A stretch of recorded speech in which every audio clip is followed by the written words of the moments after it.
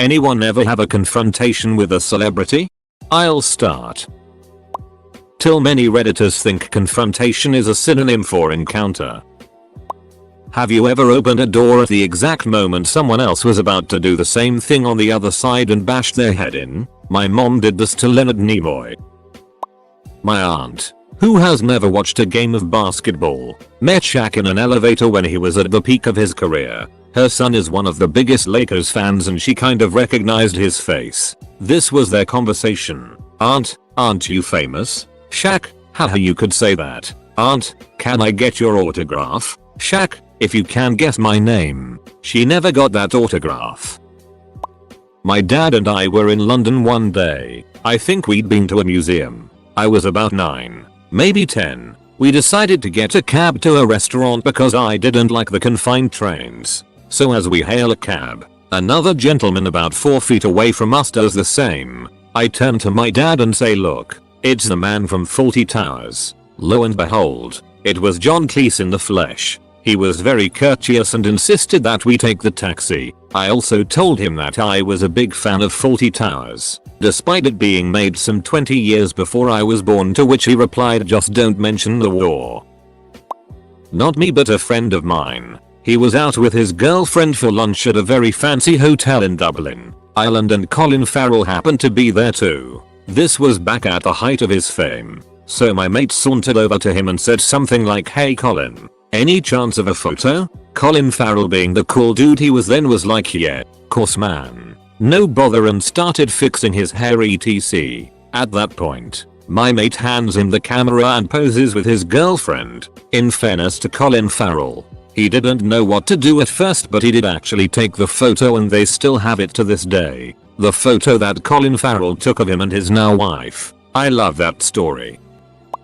I went to a Pittsburgh Pirates game when I was 8 years old, so we went early to see batting practice. My sister and I were out leaning over the wall trying to catch a ball and one landed just short of my glove. Now I hate myself, but I cannot remember the player's name, but he was on the Reds and he ran over and tossed the ball up to me. While the ball was in the air, this huge man knocks me over trying to catch the ball and knocks it back onto the field. The player runs over and starts screaming at the guy in a combination of English and Spanish and actually got the guy thrown out of the park. Then he had me lean over the wall and he jumped up and placed the ball in my glove and told me to enjoy the game. TL. Dr. A professional baseball player got a guy kicked out of the park for knocking me to the ground over a ball. Edit. Just talked to my dad and it turns out it was Julio Lugo who was playing for the Astros at the time. It was in 2000, so his rookie season. Sorry for the wrong team, guys.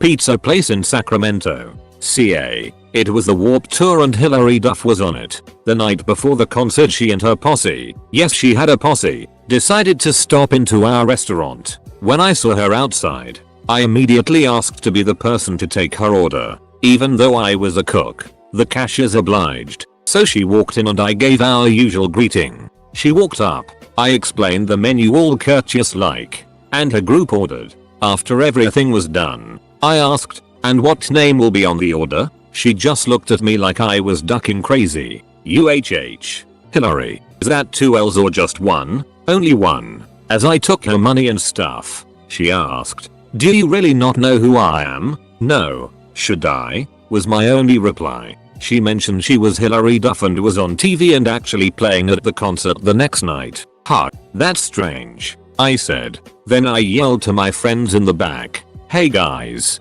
you ever heard of anybody named Hilary Duff? Nope. Nor. Oh. It was classic. Not really a confrontation, but still fun in my mind. Edit. Just know, she wasn't itchy about it at all. She shrugged it off. I made her food and she left without ever getting uppity about it. She didn't care about it at all, which I thought was pretty stand up of her. Zach Braff and I were on the same website once. I got into a staring contest with the lead singer of Mudvayne, Chad Gray. We were in a bar in Portland, Oregon. I looked at him. He looked at me and did that open eyes wide and stare intently at me. I took my glasses off and Mad Dog stared at him. He grit his teeth. I made my eyes wince. Then we both kind of nodded and went back to our drinks. I was at a horror convention years ago. where Adam West was one of the guests. As I was coming back in from outside the convention center, I noticed he was leaving, so I held open the door for him. "Have a good evening, Mr. West," I said. He turned around, rolled his eyes, and snorted whatever. This royally pissed me off, so I responded, without thinking, "Wow, you're a prick." He turned back to me and growled in that Adam West voice, "Go to hell." Yeah, Batman told me to go to hell.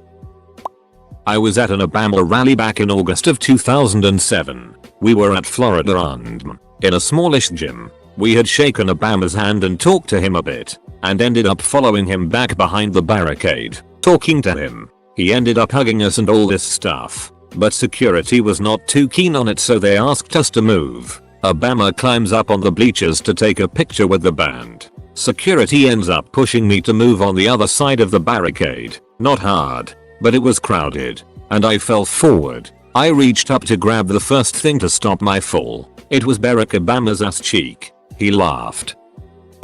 Posted this before, and this'll probably get buried, but here's what I wrote. Essentially, I was in a hotel and met Alan Rickman. This was a few years back, when the 6th book was out, and as he was signing an autograph for me, he asked if I finished the book. Starstruck, I said yes, even though I wasn't. He then says, "Oh, so I guess you know that I'm the Half-Blood Prince." Ha, my jaw dropped. I had Snape personally reveal his true identity to me. I also met Chris Brown the exact day he beat up Rihanna. He was actually pretty nice, so we were shocked when we heard later that day that he was currently being searched for by the police.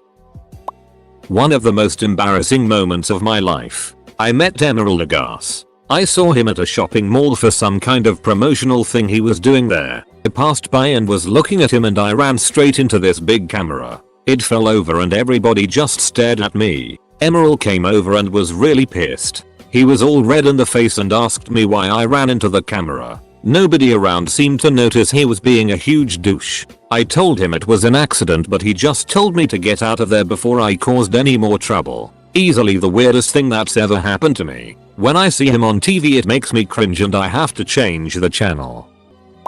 Not a big confrontation, but still funny. My parents were at Costco buying groceries in LA when they saw Tim Curry in the checkout line. They were quietly trying to see what he was buying, to tell stories about it later. So my dad casually walks by his cart, pretending to put back some cashews or something. He got a look in his cart, and all Tim Curry had in the cart were about a dozen boxes of frozen crab cakes. Just crab cakes, nothing else. My dad turns back around to report back to my mom, and happens to get a look at him. Tim Curry was just staring my dad down, not saying anything, just looking at him because he knew what my dad was doing and he was not in the mood. So my dad, in a panic, says loudly, "I love shellfish," then awkwardly walks back to my mom at the cart, says nothing else until they leave the store. Bill Murray gave me a hand job on an elevator and told me no one would believe it. I ran into Tom DeLonge from Blink 182 a couple years ago at a Starbucks. I recognized who he was and said, "I used to love you guys." He looked at me and said, "What do you mean, used to?" Then walked off. I really meant to say a compliment. Oh well. My mom was organizing a book signing for Bill Cosby and she messed up the scheduling, so the fans arrived 30 minutes early. Cosby flipped out and started pointing at my mom saying, "This woman right here, she messed everything up. Blame her for your problems." I swapped spit with Bill Murray. When I was a toddler we went to a St. Paul Saints game. Bill Murray was there with a bunch of press for some reason that I am unaware of. He happened to encounter my mother holding me, and in a very Bill Murray way he took the pacifier out of my mouth and popped it into his mouth. The press laughed and I, apparently, in a huff, ripped it out of his mouth and put it back into mine. Ta-da. My grandfather owned a large-scale electronics store that often rented concert equipment. Prince's manager came in the store asking to be helped in front of all these people who were waiting in line. The manager was apparently so annoying that, "Manager, hello, isn't anyone going to help me?" "Grandpa, there are plenty of people in line in front of you." Manager, "Yes. Well, I represent Prince." "Grandpa, I don't care who Prince is. I'm the king." The end. Don't know if it was confrontational so much as it was rude. But I once met David Hasselhoff at Redondo Beach when I was about 7-8 years old, so this was in the arc of his career in the mid-90s. Plus my pop culturally oblivious parents were the ones to spot him, so you knew that meant this guy was prime time. I asked him for his autograph, and without skipping a beat or looking at me he said, "I'm playing with my children right now. Beat it." I stood there not sure how to react or what to do, and he looked at me and gave me this weird face like he just smelled the most rotten thing that could ever billow into the nostrils of a human being and yelled, "Duck off you little it." I ran away scared. Late to the party. I told this story here on Reddit a while back. I had a friend from out of state swinging through town and we met in Nick for lunch and a couple of drinks. We are eating at the bar and I see further down that Mike Myers, SNL, Austin Powers, etc., is at the other end of the bar watching a soccer game on the television and drinking a beer. I had never encountered a celebrity before, and didn't want to be some obtrusive asshole. But prior to paying our tab I walked over and said, "Hey Mike, I'm a big fan. Can I buy you a beer?" And without even turning to look at me he says, "I can afford my own drinks, asshole. Save your money for my next movie." I stood there speechless for a second and embarrassedly turned back to my spot at the bar. We paid our tab and split without saying a word. I really felt like a D-head. Haha. My granddad once beat up Andy Rooney to take Judy Garland out on a date. No, really, he beat the it out of him. John Williams almost ran me over with a car when I was crossing the road to go to a Boston Pops concert he was conducting. It was ducking awesome. Hulk Hogan cut my friend in line at a barber shop. Not really a conversation, but I imagine he was yelling something along the lines of "What you gonna do brother when the Hulkster has to get styled and cut by Sandai." I was waiting tables at a nice restaurant when Pauly Shore came in and sat in my section with his entourage. I waited on him and at one point I had spilled some mustard on the table and Pauly said, "Dude, you spilled the mustard." And yes, he was stoned off his gourd.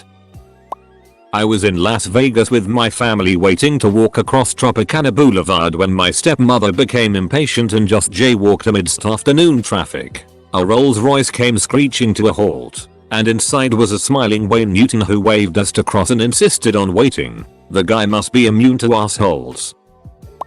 George R.R. Martin sat next to me on a plane to Seattle a few months back, right after the latest book came out. I'm a pretty big fan, so we ended up talking a lot of the flight about random things, including football. He is a Jets fan and I'm a Chargers fan. There's a bit of a rivalry. He talked a little about the new book and I asked him politely to not kill my favorite character. I had him sign my iPad and it wasn't until later that I realized he signed "Go Jets" on it.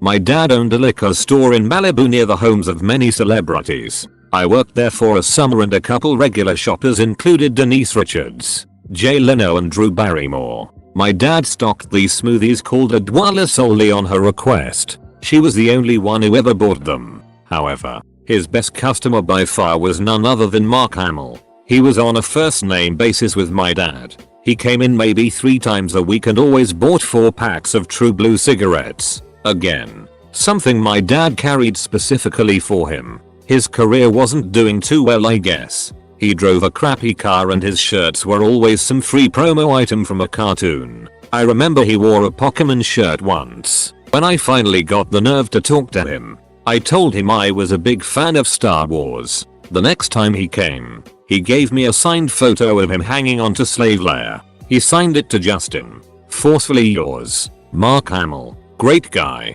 Edit. I just realized this is about confrontation. UHH. Denise Richards was kind of rich, I guess. She complained about the price of our Dom Perignon.